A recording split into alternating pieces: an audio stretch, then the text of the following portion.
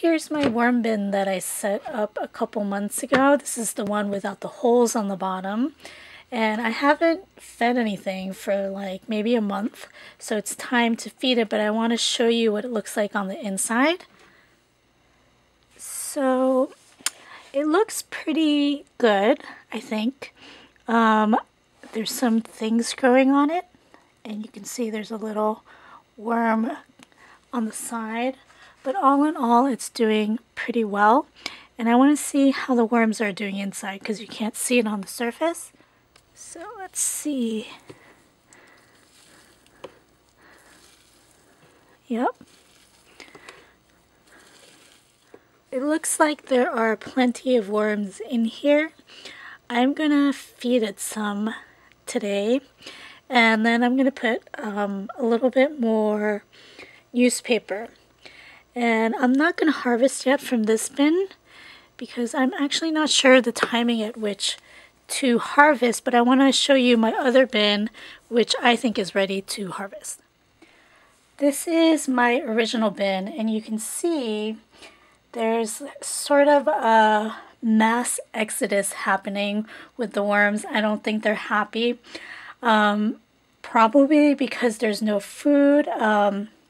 Everything looks a little bit too wet, but I can tell you that the soil looks, or the worm casting looks really finished. So I'm going to try to collect our harvest casting from one side and feed it on that side that I harvested from. It's just really smooth, so it's all worm casting. It's a little bit wet and gross, but from what I understand, the worms don't like to stay in their poop, so probably I should harvest as much as I can on one side and put some new bedding in there so that the worms can migrate and I can harvest the other side as well. The way I harvest is very inefficient. I know it's inefficient, but that's the way I like to do it. What I do is take a glob of worm casting and put it into a plastic bin like this, and then I painstakingly pick out the worms using a chopstick.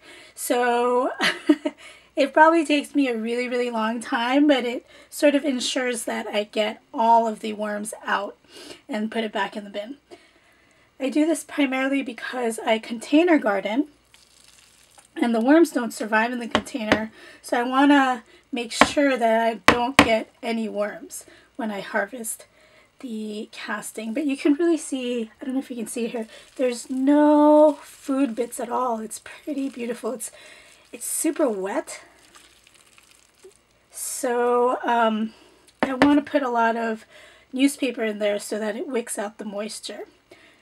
And I think that's probably why all these worms are trying to escape. So this is what it looks like now. I usually wet the newspaper, but this time I'm not going to. I'm going to come check it tomorrow to see how damp they are. And if they're still bone dry, I'm going to spray it with a little bit of water. But hopefully this will wick some of the moisture out from the soil.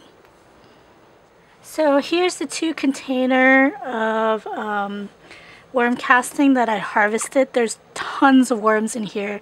They're all buried inside.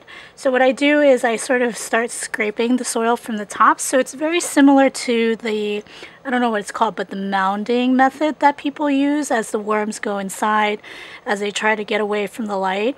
And what usually happens at the end is I get like a little bunch of worms that I put back in the bin.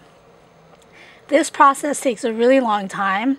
It's probably the least efficient way, but I don't know, I like it. It's kind of calming, a little bit weird, but it is sort of meditative almost.